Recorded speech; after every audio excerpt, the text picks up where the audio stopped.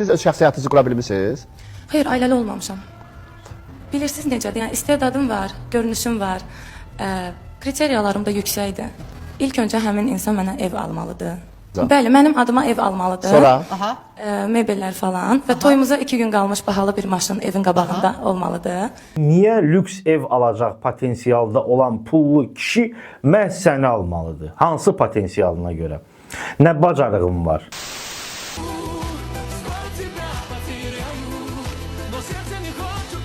Müğənnilərimiz ermənilərə yaltaqlanmaq yarışına çıxıblar. Samirə Əfəndidən sonra Roza Zərgərli düşüb ortaya. Salam dostlar, xoş gördük. Videonu həmişə axıra qədər izləyin, sonra fikirlərinizi yazın zəhmət olmasa. Əziz dostlar, tikinti və təmir, landşaft və layihələndirmə, interyer, eksteryer dizayn işlərini Cavadlı Construction şirkətinə etibar edə bilərsiniz. Şəxsən mənim adımdan zəng vuranlara xüsusi endirimlər olacaq. Əlaqə 050 321 88 69. Siz öz şəxsi həyatınızı qura bilmisiniz? Hayır, ailəli olmamışam. Bilirsiniz necədir? Yəni istedadım var, görünüşüm var. Kriteriyalarım da yüksəkdir. İlk öncə həmin insan mənə ev almalıdır. Bəli, mənim adıma ev almalıdır. Sonra? Mebellər falan və toyumuza 2 gün qalmış bahalı bir maşın evin qabağında olmalıdır. Harda tamaşaçıları əsəbləşdirəcək, qıcıq eləyəcək adam varsa, ya Elgiz çıxarır efirə, ya Zaur, ya o birisi Zaur, ya da nə bilim bu birisi Zaur. Bu bol makiyajlı qadın özünü dünya gözəli hesab eləyir və deyir ki, mənim görünüşüm var, istedadım var. Demək, kimlənsə ailə quracamsa, mənə ev almalıdır, maşın almalıdır, filan bəs məkan. Mən başa düşə bilmirəm. Səninlə evlənən, ya da evlənən yox, məhz səni alan niyə deyirəm? Çünki pul üçün ərə gedən ailə qurmur, alınır. Amma bu alınmırdı, hətta bu evlə barter olunur. Özü də elə belə ev istəmək çox güman, lüks ev istəyər. Bu evlə barter olunacaq xanıma demək istəyirəm ki, niyə lüks ev alacaq potensialda olan pullu kişi məhz səni almalıdır? Hansı potensialına görə? Nə bacarığın var? Başqa qadınlardan nə üstünlüyün var? Yoxsa super gücə sahibsən, bizim xəbərimiz yoxdur. Bu nə egodur, bu nə özgüvəndir? Pullu kişi o qədər dünya gözəli var ikən niyə səni almalıdır? Niyə məhz səni? İndi sabah birisi gün hansısa qoca pullu kişi, məsələn də, indi çox milyoner kişidir, bundan da çox pul qazanır. Buna ev maşın aldı, arvad elədi özünə. İndi Instagram profilində paylaşım eləyəcək ki, ay nə bilim, iş xanımıyam, öz ayağımın üstündə dayanmışam. Sonra da birini doğub, boşanacaq və aliment şikliyi eləyib paylaşacaq ki, öz ayaqları üstündə duran mərd qadın, söhbət zülm görüb boşanan, sonra uşağa baxmaq üçün keçmiş yoldaşından aliment alan qadınlara aid deyil ha dostlar. Söhbət ərə gedib doğub sonra öz kefindən boşanıb aliment alanlardan gedir. Öz kefindən boşananlardan. Mən belələrinə aliment şik deyirəm. Sözüm bu qadına deyil təbii ki, ümumilikdə bu cür düşünənləri tənqid eləyirəm və bunun kimiləri efirə dəvət eləyib danışdıraraq cəmiyyətin pox gününə qalmasına şərait yaradan Elgiz kimi aparıcıları tənqid eləyirəm. Və bir şey də qeyd eləyim ki, dünya bunlara görə deyil, hələ də az da olsa qalan yaxşı insanlara görə fırlanır.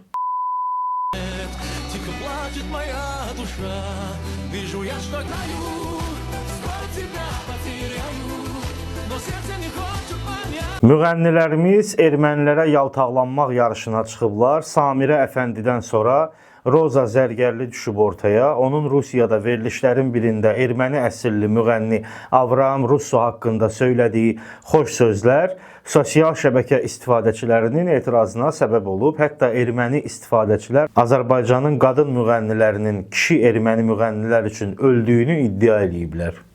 Boyinginizi yerə soxun. Müharibə elədik, qələbə qazandıq. İndi də təbii olaraq sülh istəyirik ki, daha bundan sonra şəhid verməyək. Yəni sadəcə sülh istəyirik, amma çomağı da əldən vermirik. Lakin bəziləri illərdir erməni g***nə girməyə sanki fürsət axtarırdılar. Bir söz deyəndə də deyirlər ki, ölkə başçısı sülh istəyirsə, sən kimsən? Ölkə başçısı sülh istəyir. Daha demir ki, gedib erməni kişiləri ilə mazaqlaşın. Özünüzü sülh quşu kimi göstərməyə çalışırsınız, amma başqa cür quşluq edirsiniz. Hətta erməni blogerlər də sizin haqqınızda yaxşı söz demədilər. Как-то странно получается. Как только Пашинян и Алиев заключили мир, дружба, жвачка, все азербайджанцы ринулись петь за дружбу. Вот эта девушка свое место под чьей-то диктовкой отдает армянину, якобы они такие мирные. А может быть, это повод был обнять нашего армянского мужчину, я не знаю, сейчас не могу сказать. Но она почему-то забыла своих погибших братьев, когда обнимала нашего. Все азербайджанцы теперь за мир с лозунгом «Ереван – это Азербайджан». Как вы представляете себе такой мир, азербайджанцы? Мы себе такого мира не представляем. Люди, когда мира хотят, такие лозунги не кричат. Это явно тоже, если бы мы заключили мир, и каждый наш комментарий был бы «Баку – это Армения, Баку – это Армения». Как вы на это смотрите? Может быть такой мир или нет с такими людьми? Deyirlər ki, Azərbaycan qadınları erməni kişilərindən ötürü əldən gedirlər. Baxın, siz iki nəfərə görə Azərbaycan qadınları deyirlər. Təbii ki, əsl Azərbaycan qadınlarına bunların heç bir aidiyyatı yoxdur. Bu iki nəfəri isə Azərbaycanlı hesab eləmirəm. Bizim qadınlar erməni kişiləri ilə mazaqlaşmırlar.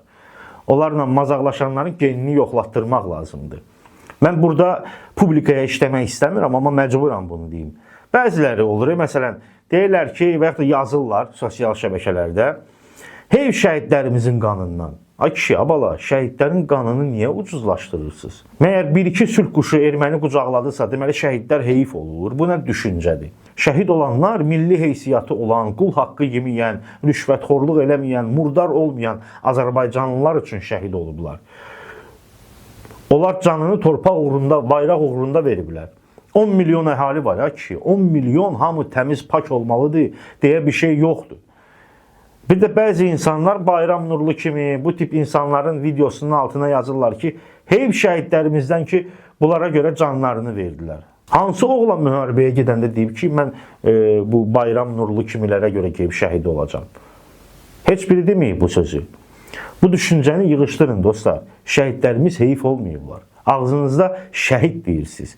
Heyif olan bu sülh quşlarıdır ki, hansı ki mənliklərini itiriblər. Unutqan davranırlar. Ya da heç unutqan deyirlər, əvvəldən sevgiləri olur. Siz elə bilirsiniz ki, müharibə bitəndən sonra, sülh söhbəti ortaya girəndən sonra bunlar erməni sevməyə başlayıblar. Yox, bunlar elə əvvəldən belə olublar. Sadəcə indi ürəklənib bunu açıq-aşkar elədilər və gördülər ki, ya o da xalq fil qulağında yatmayıb. Hamı da təbii ki, kimin kim olduğunu çox yaxşı bilir. Qarşıdakı düşmən mərd olsa, dərd yarıya dostlar. İş burasındadır ki, mərd olmayan düşməni məğlub eləmişik. Qalib tərəf bizik. Amma içimizdəki bəziləri papağımızı öz aləmlərində güya yerə soxurlar. Gedib ermənilərə girənlik eləyirlər. Onlar bizə girənlik eləməlidir. Həmin adamlar bilsinlər ki, xalqın yox, öz nəsillərinin papağını yerə soxurlar. Bəlkə də erməni blogerlər bizi lağlağı salmasaydı, bu söhbət çox da böyüməzdi. Lakin erməni hələ bizim düşmən olduğumuzu unutmayıb. Bizim içimizdəki bəziləri isə bunu yaddan çıxarmağımız üçün əlləşirlər. Bugünlük bu qədər. Özünüzə yaxşı baxın. Görüşərik. Hələlik.